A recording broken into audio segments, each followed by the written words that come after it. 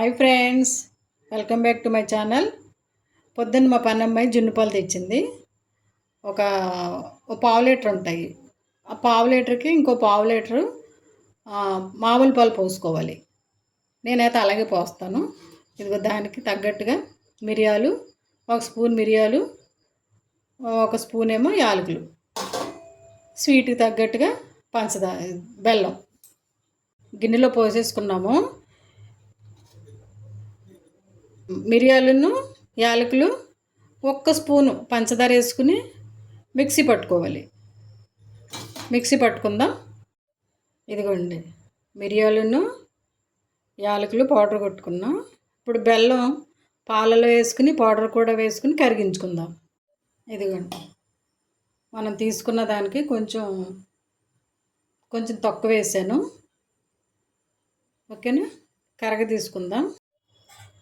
ఇదిగోండి, బెల్లం కరిగింది. ఇప్పుడు దీన్ని వడపోసుకుందాం.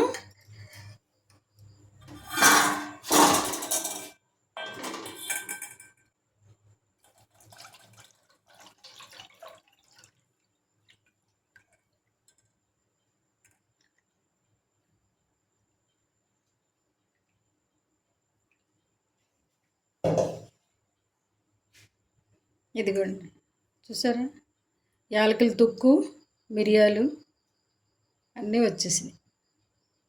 ఓకేనండి, ఇప్పుడు గిన్నె పెట్టుకుని ఉడకబెట్టుకుందాం. మళ్ళీ గిన్నెలోకి పోసేసాను.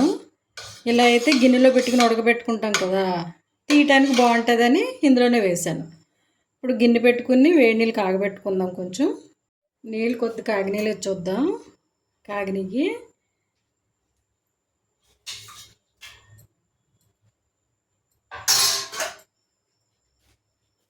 ఇదిగోండి, ఇప్పుడు గిన్నె ఇలా పెట్టేసుకోవాలి.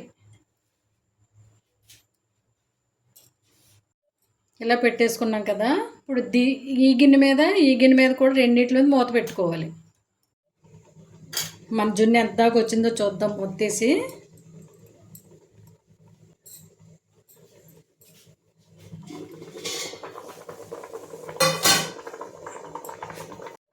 ఇదిగోండి, చూసారా,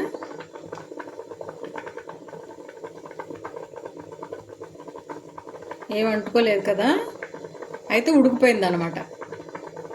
ఇప్పుడు స్టవ్ ఆఫ్ చేసుకుందాం. జున్ను చల్లారిపోయింది. ఇప్పుడు బౌల్లో వేసుకుని టేస్ట్ చేద్దాం. ఓకేనా, ఇదిగో బౌల్లో వేసుకున్నాం కదా, ఇప్పుడు టేస్ట్ చూసి చెప్తాను.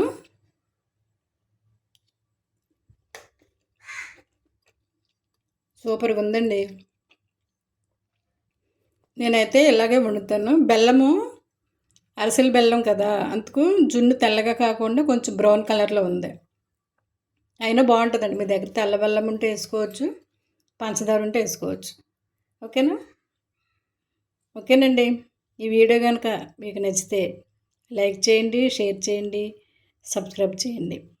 ఓకేనండి, thank you for watching. Bye.